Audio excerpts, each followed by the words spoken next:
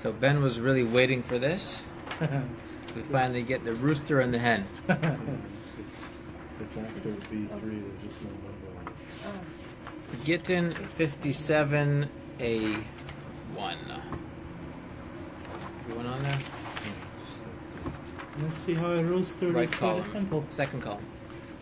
It's just that there's no number on the top of Okay, that. so Oh, you're this is missing a number. A3, so this is A2, A1, maybe this one?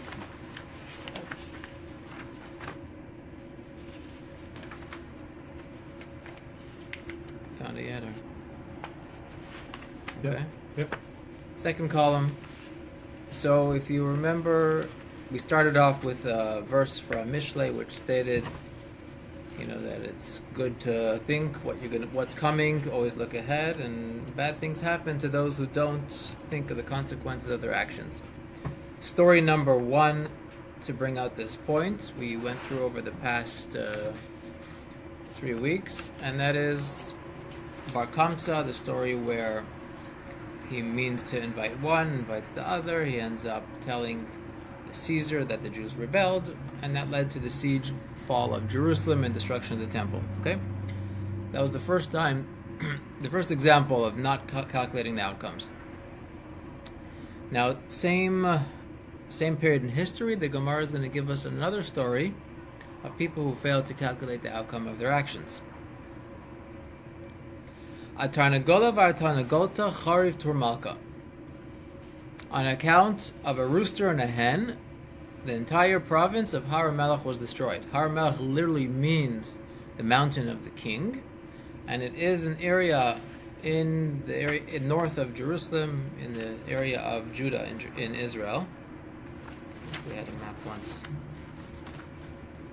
It wasn't a very helpful map, but it's the area a bit north of Jerusalem, in the mountains. What happened?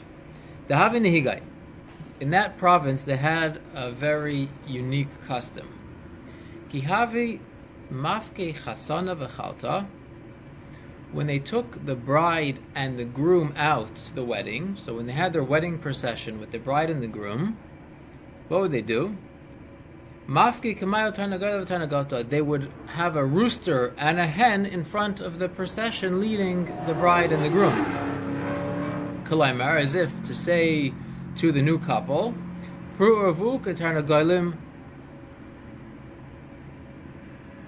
be fruitful and multiply like the chickens, like the hens. Okay? If you take a look in the description of creation in Bereshis, it tells us that God blessed the fish and the animals. Be fruitful. The fish and the birds. He blessed, be fruitful, multiply. Pru'urvu.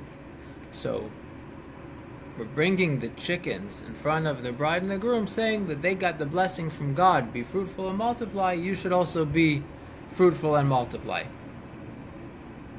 It's probably easier to do it with the rooster and hen than having a couple birds lead the procession, or a couple fish lead the procession. You can imagine it would get a bit messy. Yom Echad, the one day, they have a wedding procession. The rooster and the hen are leading the procession. A nice visual. Yom Echad, there's a battalion of Romans are passing by the wedding reception. Shiklunu minayu, they took the rooster and the hen. Why not? Take some food, belongs to the Jews. At that time, the Jews were the scum, the Romans are in power. You see they have some rooster they want to eat for dinner, they took it. Interesting, on a side note, I was in Spain a few months ago, and they told me, why people in Spain eat so much pork, so much pig. They said many years ago, when they were invaded by the Muslims, they used to steal their cattle and eat it. So what they do? They started raising pigs instead of cattle. The Muslims wouldn't take it. So here the Romans came and took the chickens. The people fell upon the Romans and beat them up. They got upset and they gave them, a bit of a beating. Also, the Romans went and reported this incident to the Caesar. Now it's important to note, I forgot to mention it past couple of weeks, whenever the Gemara mentions Caesar, it doesn't necessarily mean the Caesar in Rome. It could also mean the governor in Jerusalem. Okay. That was a note that we skipped over, but it is important because some things don't make sense. They went to Rome to tell the Caesar about some battalion in Israel, right? Yeah, so all of his representatives they used to have their in the Roman Empire, they would have the different cities that were far away. They would have a person who was in charge, or a proconsul who was in charge of that area. So when it says Caesar, it could either mean the Caesar in Rome or the proconsul of Jerusalem at the time, or of Judea at the time. Okay, so the Romans were beaten up. They go and inform on the Jews, and they tell the Caesar, Mardu bach Yudai, the Jews have rebelled against you. Aselau, Caesar comes to the Jews in Haramelach, and he starts killing them.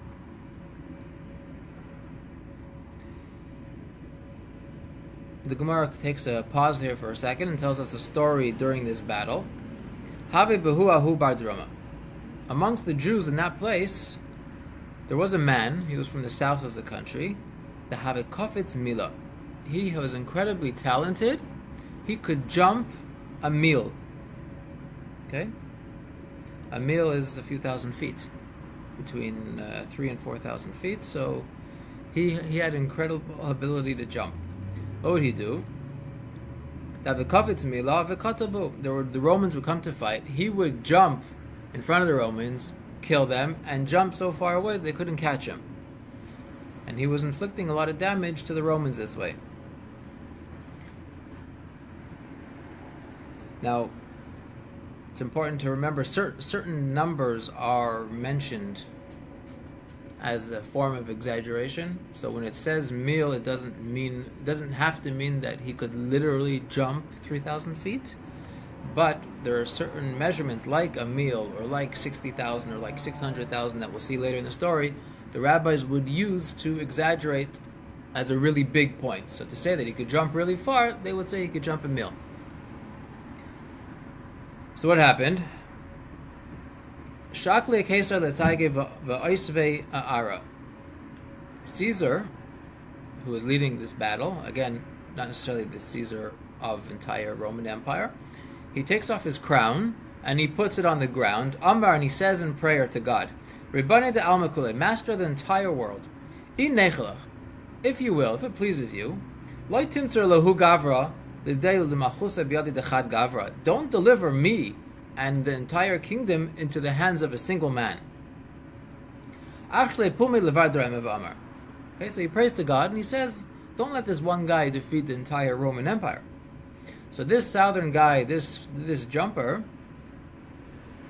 he brought about his own downfall. What did he say? He quoted a verse from Psalms. Is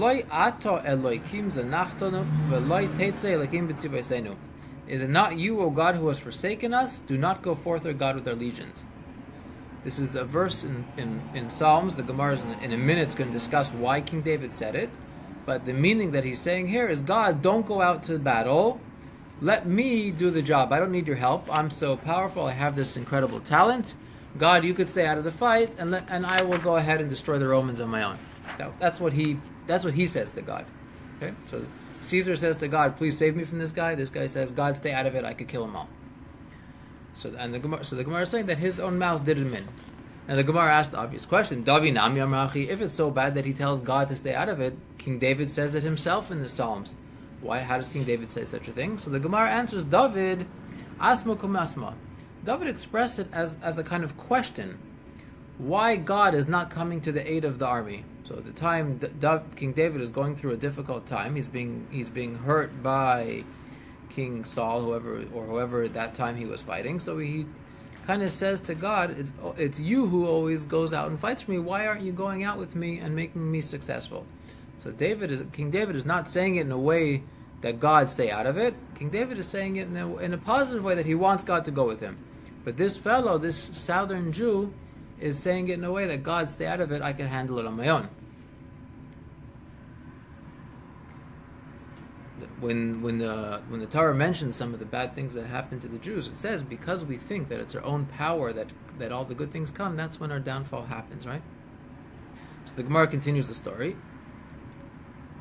So this southern Jew, he goes to the bathroom. A snake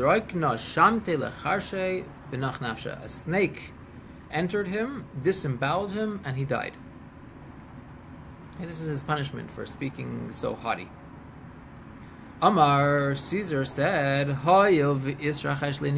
since God did a miracle for me, Hazimna ishbikinhu. I'm going to leave the Jews alone this one time. Okay? They did something not nice. They beat up a battalion of my soldiers, but God saved me and he caused this great miracle to happen. I'm going to leave them alone anyhow. Shavkinu vazal. He leaves the Jews alone and he goes on his way. Now the Jews of the area were very happy. They started jumping with joy and eat and drank, and they threw some big parties. Ba'adliku shraga, they lit so many candles. Until the Roman sentries were able to see the design on their signet ring, even though they were a mil away.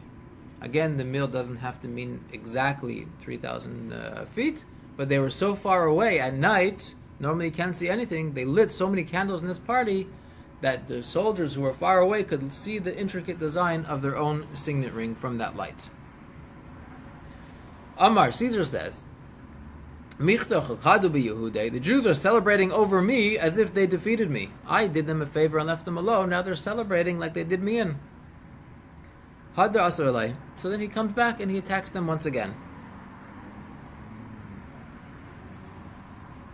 The Marsha says the Jewish people were attacked. Why? Because just like this guy who attributed all his great talents to himself, the Jews were, instead of thanking God for saving them, they felt that Caesar left them alone because they're so strong. And so they celebrated their own strength instead of saying thank you God for doing this miracle and having him leave us alone. Amar Ravasi. Ravasi tells us how bad the destruction was. 300,000 sword-wielding soldiers went up to Har HaMelech. They massacred the people for 3 entire days and 3 nights. On the other side of the mountain, they were continuing their celebration. They didn't know on the other side of the mountain, 3 days straight, people were getting murdered. Now the Gemara tells us how many people lived in Har HaMelech.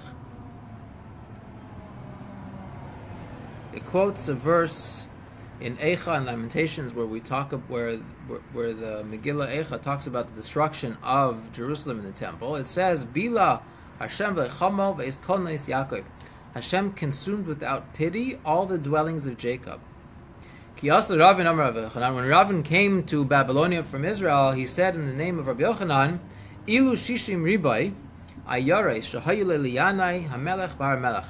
This verse of consuming the dwellings of Jacob is talking about the 600,000 towns that King Yanai had in Har HaMelech, in this area. Again, 600,000 is a number the rabbis use to show a very large number. The Amar Rav Yehuda, Amar Rav Yasi. Rav Yehuda says in the name of Rasi, Shishim riba yaris hayel Yana melech bar melech, that Yanai, King Yanai, had 600,000 towns in this area of Har HaMelech. Each one of these towns had the population of the Jewish people when they left Egypt, which was 600,000 men. But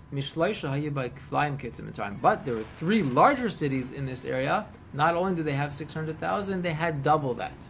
Okay? So this is such a populous region. 600,000 towns, each town 600,000 people, and 3 of the towns had 1.2 million men. Okay, according to this narrative.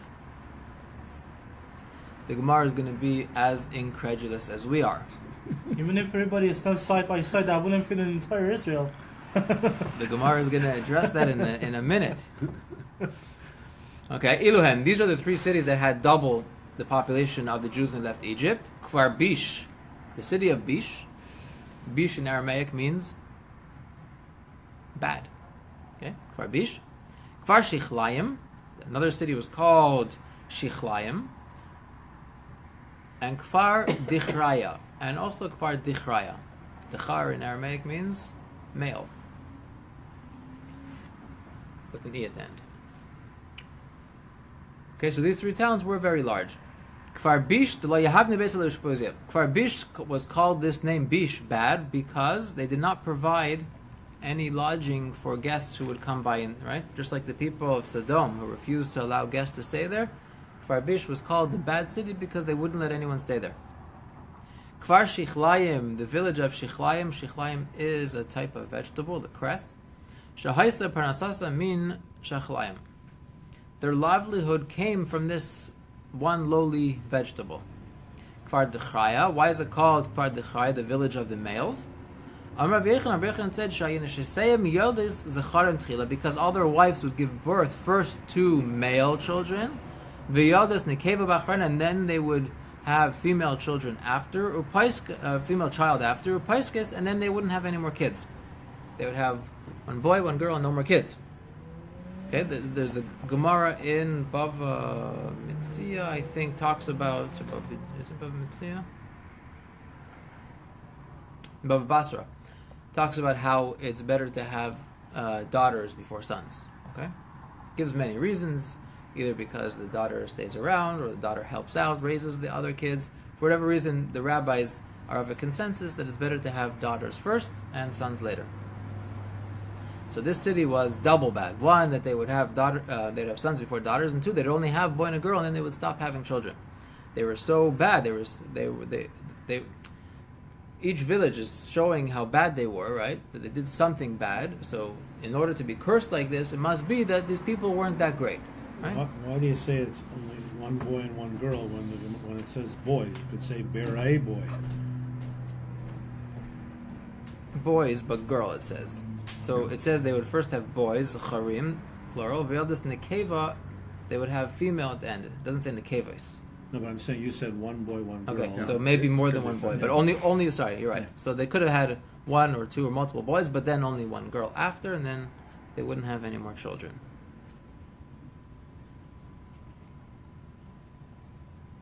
So now the Gemara is going to say, well, this doesn't really make sense. As Ben says, how are you going to fit 600,000 cities in one area in Israel, and each city have 600,000 people? Omer Ula, Lidi Chazaluhu Asra. I myself went and checked out this place, Har Melech. I couldn't even fit 600,000 reeds. Right? Reeds, they're pretty small, and you stand them up, you could probably fit in a few. Now again, he's probably exaggerating. I'm sure it could hold more than 600,000 reeds, but he's making a point that that place is not nearly as large as you're saying. Amr lahu tzeduki Rabbi Chanina. A Sadduci came to Rabbi Chanina. Sadducees were people who didn't believe in the rabbi's power, right? They wanted to follow just the Torah and not what the rabbis say. The Karaites today. Like the Karaites, yeah. They didn't believe in the oral Torah. That's right. Sadduci comes to Rabbi Chanina and he says, Shakure mishkaritu. The sages are lying. What are you saying? There's 600,000 towns. It's not even big enough to hold 600,000 reeds. Amr Rabbi Chanina answers, Be'eretz hasfi ksivba. Land of Israel is referenced as the land of the deer in the book of Daniel. Why is it compared to a deer? Just like a deer, its skin is not large enough to accommodate its flesh. Okay? If you skin a deer, take the skin completely off the body, and you try to put the skin back on, it won't fit. The skin is way too short, is way too small. Why? Af Eretz Yisrael, so too is the land of Israel. When the people live there, it expands like the skin of a deer expands to contain its body. But once people don't live there, Gamda, it contracts and it becomes smaller. Does this only happen with the deer skin? I'm sure any taxidermist will tell you it happens with any skin. that its skin stretches. So you're born, your skin is quite small. As your body gets bigger, your skin keeps stretching with you. But if you take it off, it kind of shrivels back. Okay, so whether, as we say, obviously it wasn't literally 600,000 times 600,000 times plus the extra 3. It means that it was a very populous region, and that region was attacked and decimated because of the rooster and the hen. But just let the Romans have a nice barbecue and If they would have been smart, they would have said, take the rooster, take the hen, and have a nice day, right? They would have thought about the and it's not consequences. even like a halachic problem. A rooster and chicken, just take Well, it. they could have, they if it was a strong custom, that this would result in being fruitful and having Bad children. omen for the So married, therefore, yeah. for the married couple, it would be an essential issue. They wouldn't be able to comply with God's mitzvahs to have children, and so it wasn't a small thing. Yeah. If it was a strong custom at that time. Yep. Of course, I mean, the Jewish people were self-governed for many years, and you have a foreign occupier coming, and you have your customs, and they're not sensitive, and they come and do what they want, and they steal things, so yeah, they got upset. Here's the map we said about the Har HaMelech. Okay, so we have Jaffa up here, Hebron down here, Jerusalem, so it's this area, the mountainous region, right in the middle of Israel.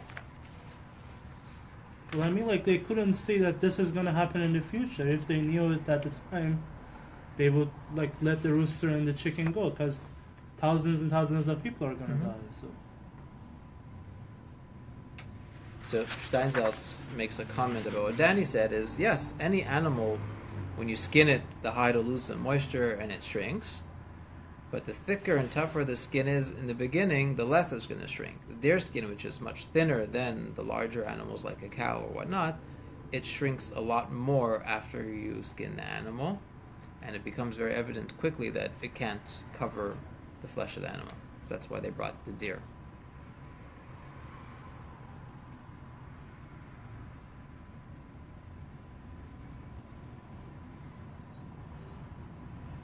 Okay. Now, in a similar vein, the Gemara is going to discuss other towns or another town that was laid to waste by the Romans. Rabba Menume bar Chilkiah, Rav Chilkiah bar Tovia, Rav Huna bar Chia, all these rabbis are sitting together. Amru, they said to each other, Ika deshmele milto mikfar sachnaya shel Mitzrayim lema. Has anyone here heard something about the people who lived in Kfar Sachnaya in Egypt? Let him share what he knows. Okay, because this city, Kfar Sachnaya, was destroyed by the Romans, they want to know whether the people who lived there were righteous or wicked. Pasach Chadnai, one of the rabbis says, okay, I know something. And he says the following story. Maisa ba'arus ba'arusasai. There's once was a story, a couple from this town in Egypt. They were engaged to be married. A man and his fiancée. Shenishbu leveina oivdei kechavim. They were captured and they were held ransom by some idol worshippers. Visiyum zelazeh. The captors made them marry each other. Okay? They were engaged to be married. The captors made them actually marry each other. Amrulai, the wife says to her husband, Please don't touch me, don't come close to me, because we don't have a ketubah. Okay? It is Jewish law states, that is forbidden for man and woman to live together without a ketubah. What's the ketubah? We all know what that is. So when you get married, the man has to promise that if he divorces his wife or if he dies, that his estate needs to provide for his wife. Okay? So the rabbis instituted it in order that it shouldn't be an easy thing to marry and divorce, and women become kind of like property, and people become very immoral, marrying for a day or two, go on to the next woman, someone else marries, right? They didn't want the society to be immoral, so they said, you have to have a ketubah. If you're going to divorce her, you got to pay up.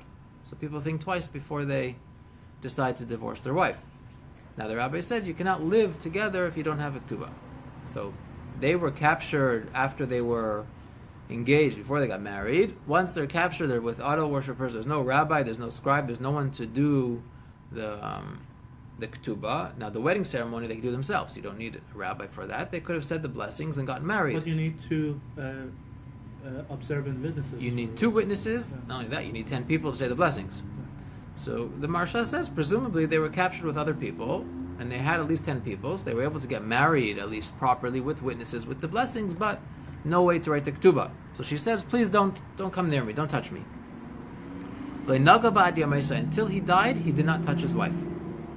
Ukeshemes, Amrlan, when he died, she told the people who were there, Sipulazah, eulogize this man. Shepitbet biyitzrai, Yoter Miyasef. He vanquished his inclination, his desires in trials that are more severe than the trials of Joseph. Joseph, who was referred to as Yosef Tzaddik, the righteous man. You know what? Everyone know what the trials that he had, right? Joseph's in the house of Potiphar, and he's the slave working, and his master's wife says, come lie with me. And he says no. One day she grabs him, and he runs away, and he ends up going into jail because of it, because he refused to be intimate with his master's wife. So she's saying is, so Yosef, okay, he had this desire, and he had to overcome himself not to sin, but it was only one occurrence. But my husband, his entire life didn't touch me, so he had to vanquish his desire even more than Joseph. The trial of Yosef Tzaddik was only once that he had to overcome temptation. Our commentary tells that he actually almost gave in to his temptation, and he was ready to do the deed. In the last second, an image of his father appeared before him and saved him. Remembering the image of his father actually saved him from sinning. And this man, my husband, overcame temptation every single day.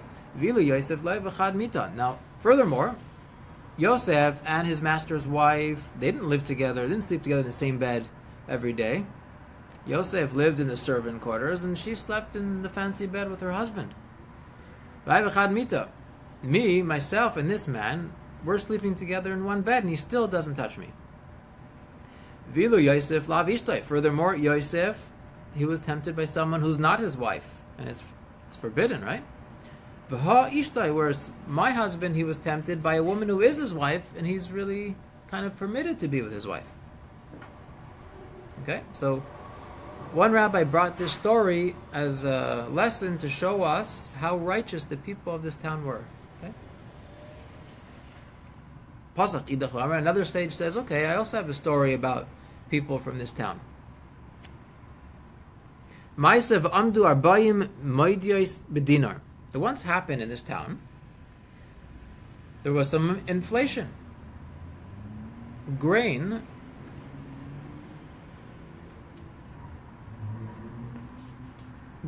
which was the price it would cost 40 measures of grain could be bought for 1 dinar.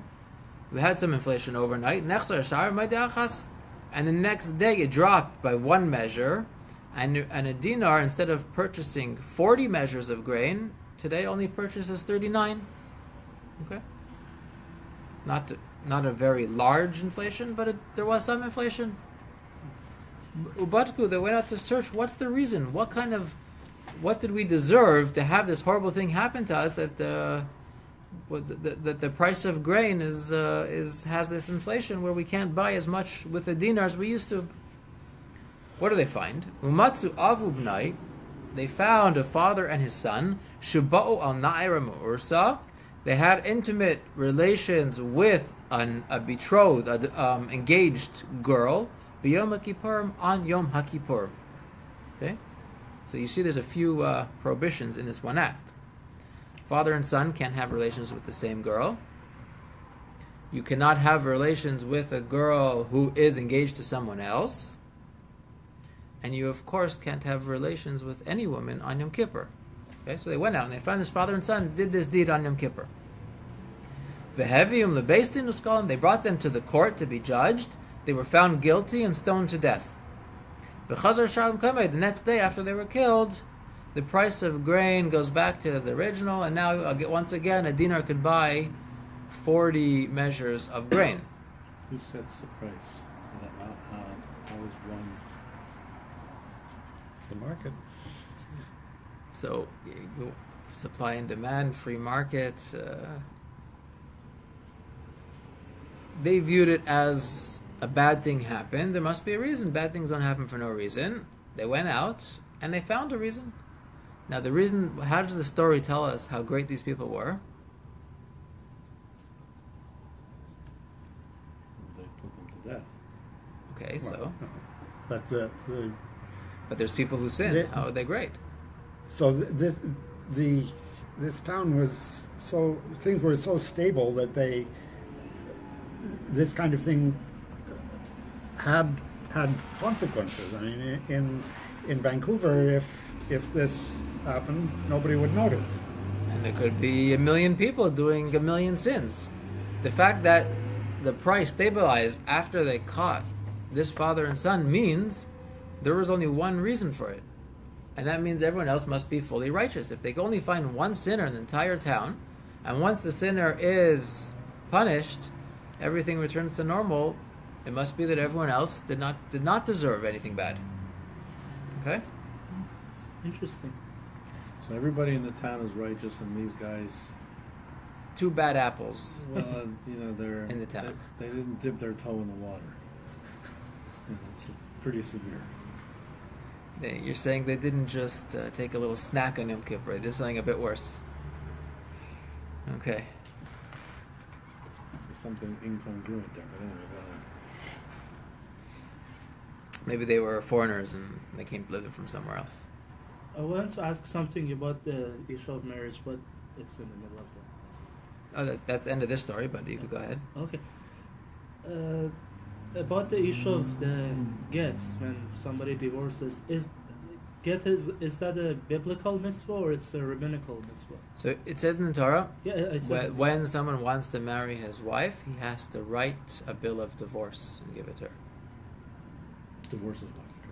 You said marry his wife. Sorry, divorce his wife.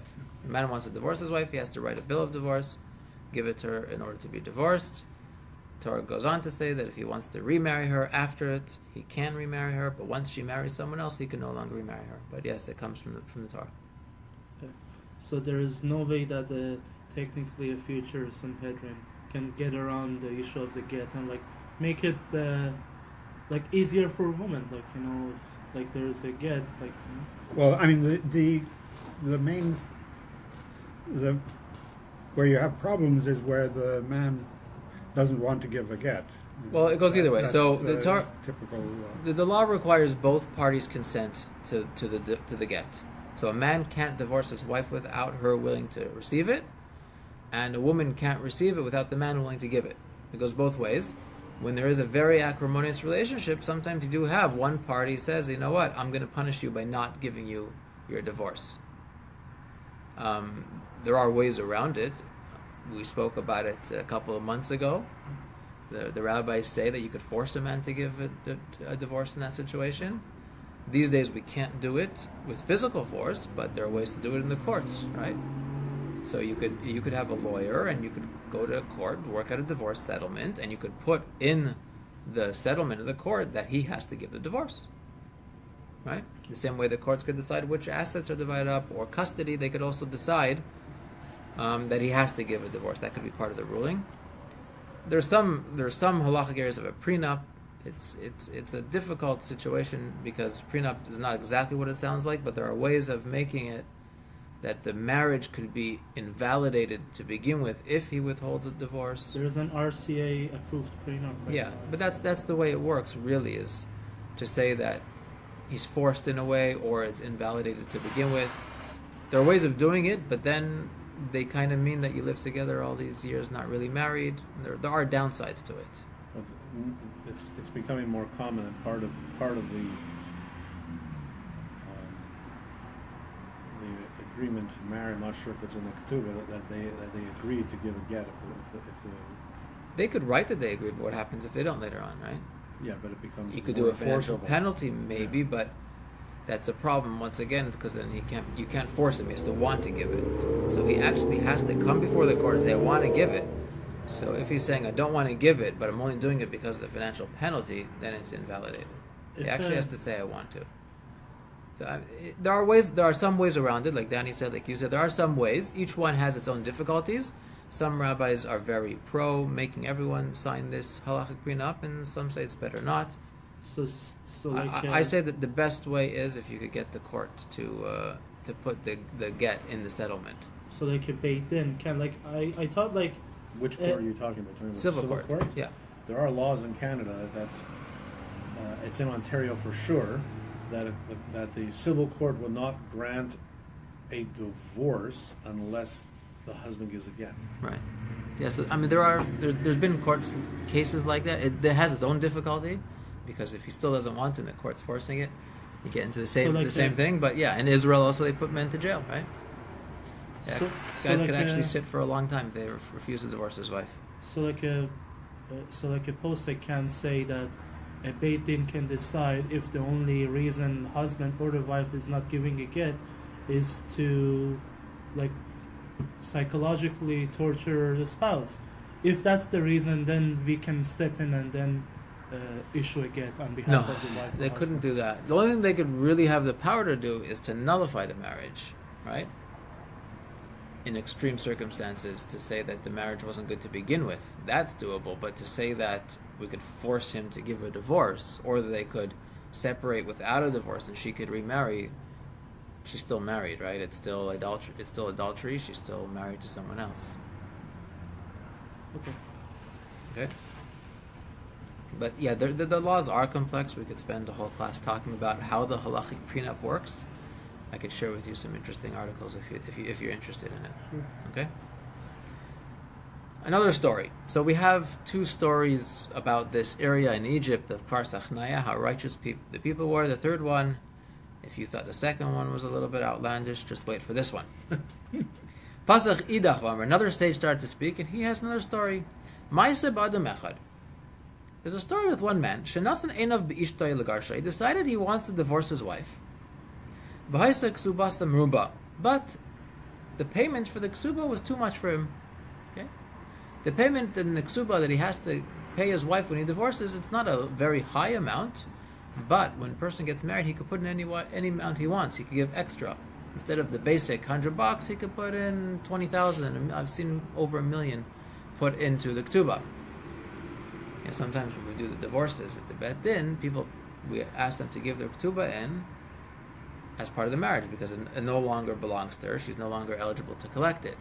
Sometimes it's interesting to see how much they actually put in it. They have no idea. Like written by golden ink? I've seen over $1 million written in the ketubah before. I don't think the guy knew that he put that in there, though. Really? Put in $1 million?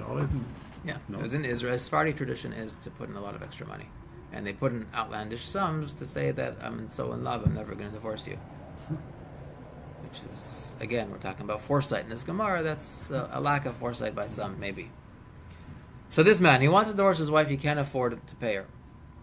What did he do? Smart man. Halach v'zimin eshushvinav. He goes out and he invites some friends. Come have a party with us.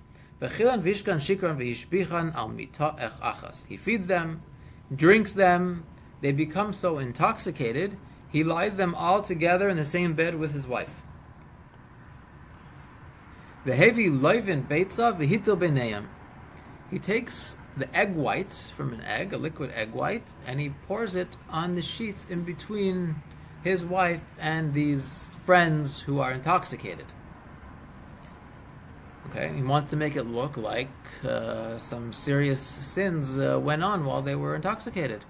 He goes and he gets some witnesses to see this. The witnesses actually see his wife, a bunch of strange men, and what looks like semen on the bed. Takes these witnesses and they go to the court. And he wants to claim that his wife committed adultery and he doesn't have to pay her any money, right? An adulterous wife doesn't get to collect on her ketubah. But if she was apparently unconscious at the time, does it still count as adultery? That's another discussion. Rape is not called adultery, no. So if it's a situation where she was raped, then she's not blamed for it. The Torah clearly states when she's in a city, she's considered an adulterer. Why? Because she should call out and someone could save her. But the Torah says if she's out in the countryside, we don't consider her adulterer. We say she's raped because if she would yell out, no one would hear. And so halacha says we take that reasoning to apply it anywhere where a woman was overpowered or in a situation where she couldn't save herself. We consider that rape and not consensual relations. Okay, so the witnesses come to say that this woman is an adulterer. On this rabbinical court, there's a sage, one elderly sage, who was a student of Shammai the elder. Ubaba ben Buta Shmai. His name is Baba ben Buta. Amrlan, he tells the court, Kach mikublani mishamai zaken. I received the following wisdom, the following halacha from Shammai the elder. Loivin beitza, the white of an egg, soiled mina'ar, contracts by being exposed to fire. Okay? V'shichva zera, doicha mina'ar, semen will flow away from fire. He explains in the note what that means. When you expose the white of an egg to the fire, it will congeal and form a crust. But if you expose semen to the fire, it just melts and it will be absorbed into the cloth. So he tells them, let's do a test and see if it's really semen on the sheets. They do this test with the fire and they find out that it was egg white. They brought this man to court and he got punished by being flogged. And they forced him, they expropriated from him the ktuba to pay his wife. So how does that establish that the citizens, that the residents of this town were righteous? That's a good question. I had the same question when I was studying this last night. Thankfully, the Maharsha has the same question. He says, okay, it gets into splitting hairs in Jewish law, but he says that by bringing witnesses, by the husband bringing witnesses to see after the fact something which kind of proves that his wife's infidelity, normally that wouldn't be enough to show that to prove that she was an adulteress. The witnesses would actually have to see her secluded with the man from the beginning. To come after the fact just to see it wouldn't be enough. And then Marsha says the people in this town were so righteous that even though it wasn't good enough witnesses normally to make a man and woman separate because she's being adulterous, they would accept upon themselves this stricter level. You could argue the opposite way and say that they didn't really care, so that it didn't matter to them.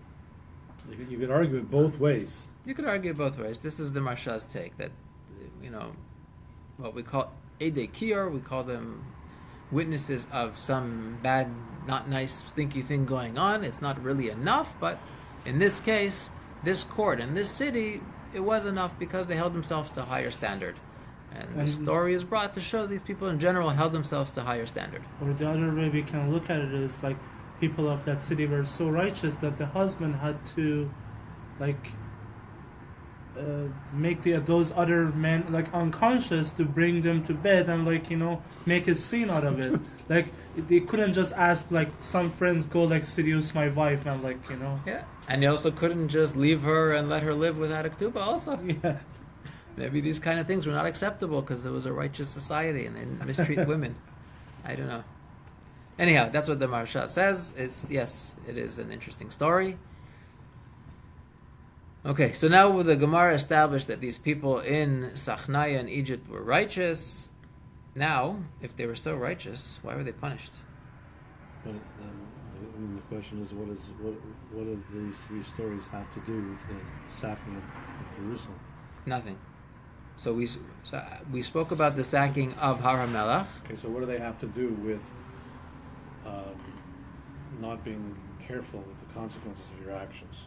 So, not careful with the consequences of action was the story of the rooster and the hen, which led to the destruction of Har HaMelech.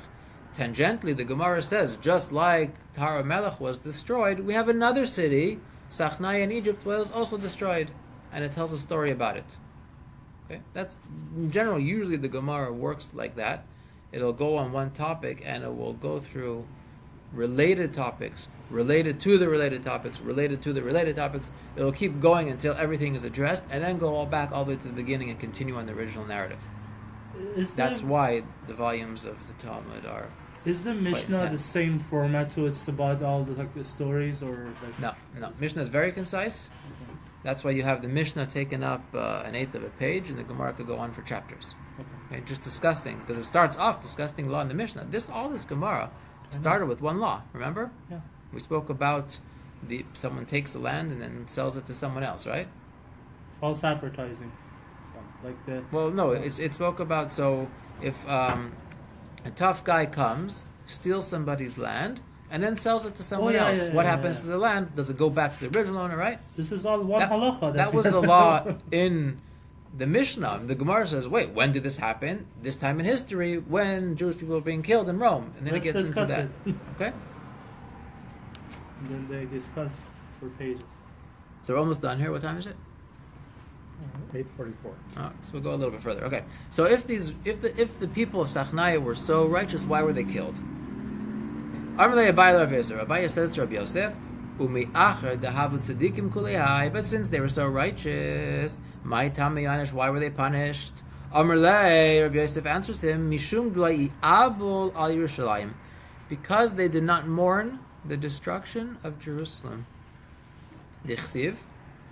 It is written in Yeshaya and Isaiah, Simchu et Yerushalayim v'gilu ba kol ohaveh sisu ita masos kol mistablim aleh. Glad in Jerusalem, rejoice with her, all those who love her. Be elated with her, all those who mourn for her. So, from this verse, we learn we have an obligation to be happy when things are going well in Jerusalem, and conversely, we have an obligation to mourn when things are not going well in Jerusalem. These people, what was their sin? They didn't mourn when Jerusalem was destroyed. Wasn't this So city they weren't in so Egypt? righteous. So, But in that one aspect, they were not so righteous. But that aspect is not really a law in the Torah, right? It's learned from a verse in one of the prophets that we need to mourn for Jerusalem. Maybe they didn't know that it's that so important. So they're living in Egypt. They felt what's going on in Jerusalem doesn't concern us that much, and they were punished over it. Up until now, I thought the story in Egypt is happening pre-Exodus. It's like after that, like when the temple was getting destroyed. Like No, this is presumably a similar time period. oh, okay. So either same time or a few years later, but same time period. Well, we know that King Shlomo sent horse traders to Egypt. Oh, Jews. I mean, there were Jews in Yeah. Egypt for long time. Yeah. Only Well, 20% of the Probably Jews. from the times of the left first temple from until now, Egypt. there's always been Jews in Egypt. Now, not so many, but there's still some. About 80 left. Yeah. I mean, the famous Rambam lived in Egypt, right? Who's the daughter to Saladin? So we finished the first two stories, Bar Kamsa and Rooster and Hen. Third story. It's not that long, so we'll go for it today. Remember what the third story was? The carriage. Ashkud Rispat Charev Beitar. At the result of a story involving the side of a carriage, the city of Beitar was destroyed. What happened? Very similar to the second story of the rooster. The Havunige, there in city of Beitar, they had an even more interesting custom than the rooster and the hen. Whenever a baby boy was born, Shasli Arza, they would plant a cedar tree. Yenukta, whenever a baby girl was born, Shasli Turnisa, they would plant a pine tree. When the boy and the girl would get married, they would cut down their own pine and cedar tree. They would use that wood to make the wedding canopy for this couple. Okay, nice custom. Yom Echad, one day, Havika Chaffa Barte de Caesar, the daughter of Caesar, was passing by. Once again, Caesar doesn't have to be in Rome. It could be the person in charge of this area. Caesar's daughter is passing by in her carriage. It bar shaka derispak, the side of her carriage broke. Katsu arzav ele. So her attendants cut down the first cedar tree they could find, which had been planted for one of the boys of Beitar, and they used it to repair the broken panel of the carriage. People in the town are a bit upset, right? Our custom is that the cedar tree grows until the boy gets married. What do? Asa nafale machuna. They fall upon this entourage of Caesar's daughter, and they beat them up. They give them a good thrashing. It says they killed them. It doesn't say kill. It says smote. Machunhu. I don't know. I don't think that has to mean killed. Means killed. Not necessarily. Hit for sure. Yeah. They definitely give them a good thrashing. I don't think they killed them because it says they went to report them. So, could be they killed them, but it's not clear. But I think it's just the beating. But, okay. Okay, so the Jewish people beat them up. Asu amrule the Caesar, maybe killed them. So they go. The Romans go and they report this to Caesar. Mardu Bach, the Jewish people have rebelled against you. Asu Ailen. So the Caesar came in battle to the Jewish people in Beitar. Now the Gemara goes on to describe the destruction of Beitar. Gada b'chari af kol keren Yisrael. It says in Lamentations or somewhere, God cut down in fierce anger all the dignity of Israel. Okay, it uses the word keren to mean which could also mean horn. Amar Rabbi Zera, Amar Rabbi Abba, Amar Rabbi Yochanan. Rabbi Zera says in the name of Rabbi Abba, says in the name of Rabbi Yochanan, Elu shmainim elef karnim mechamesh nichasu lekrach beitar b'sha'ah shelachudu. This verse in Lamentation about God cutting down in fierce anger the dignity of Israel refers to this story of 80,000 division leaders coming into Beitar when it was captured. Okay, Karen meaning horn. Rabbi Steinsaltz provides us with a nice diagram of the Roman legion and the type of horn they would blow in battle. Each battalion presumably had one person who would blow the horn. So these 80,000 horns means 80,000 battalions came to Beitar to destroy it. Okay, again, 80, just like 60,000 and 600,000, 80,000 means a very large number of soldiers. They slaughtered men, women, and children until the blood flowed from this massacre into the Great Sea. The Great Sea usually means the Mediterranean. I believe some commentaries 50, say 60 kilometers from Beitar. Well, let's see what he says. Shema Taimar Krevais. Okay, you might say like Ben, Beitar was really close. Okay, so you would think, okay, so he slaughtered all these people right next to the banks of the river. Okay, fine. So what's the big deal? It flew into the Mediterranean. No, Rechaika is a meal. In fact, it was a meal away from the sea. Once again, meal means large distance. Okay, it was quite far. Tanya was taught in the Brisa. Rabbi Lezer Gadloim, Rabbi Lezer the Great, Rabbi Lezer ben Hyrcanus says, Shnei Nachalim yesh bebikas Yadayim. There are two rivers in the valley of Yadayim, the valley of hands, just like hands kind of come out. So there's two rivers. Echad Moshech Eilech. One river flows that way. Vechad Moshech Eilech. The other river flows the opposite direction. V'shar Chachamim. The sages estimated Shnei Chalakim Mayim V'echadam. In these two big rivers, there was two parts, water and one part blood, from all the blood of the slaughter of Beitar. Some commentaries say, like you, that really Beitar is too far to say that the blood flew all the way from Beitar to the Yam Melech. Assuming where we have the excavation ruins of Beitar today, that is too far from the Yam Melech. They say it must mean that the blood flowed into rivers, tributaries of the Mediterranean. Okay? Or Beitar here was different than Beitar of old. The Beitar that Bar Modern Kokhba was archaeology in is kinda in tells Gush us. Etzion, so it would be. Yeah. This Rabbi Yochanan is Rabbi Yochanan ben Zakkai? I mean, I thought he would have been before Beitar. Beitar was. Rabbi Yochanan, where do you have Rabbi Yochanan? Rabbi Zera said in the name of Abba, who said in the name of Rabbi Yochanan. Okay. So, but Rabbi. But he was still around. He was wasn't still killed, around.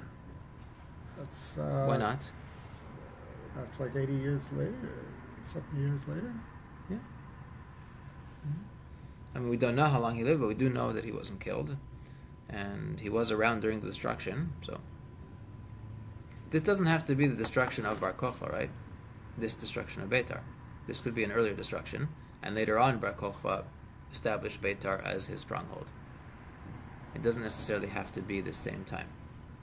And it doesn't say that, like, they killed everybody and burned the city down. So No, the city stayed. yeah. Bar Kokhba was, some 60, 70 years after the temple was raised, but the Jewish people were still living in Israel, 130, allowed to around live the there. 130. Yeah. And he organized a rebellion in Beitar. So I think it could have been later, or it could have been that Rabbi Yochanan was still around. Masniz Atana taught in the Brisa, Sheva Shanim Batzru Oivdei Kachavim Es Karmeihem Midam Shel Yisrael B'Ezeu. For 7 years, the non-Jewish people living there harvested their vineyards. They didn't have to fertilize it at all for 7 years because of the copious amount of Jewish blood that was fertilizing their vineyards from the Beitar massacre. Okay, so we'll pause here. So right now we're done with the 3 stories that the Gemara brought to teach us the important lesson of always thinking about the consequences of your action. For the next week, maybe 2 weeks at the most, the Gemara goes into other stories surrounding the destruction of Jerusalem. Should I come?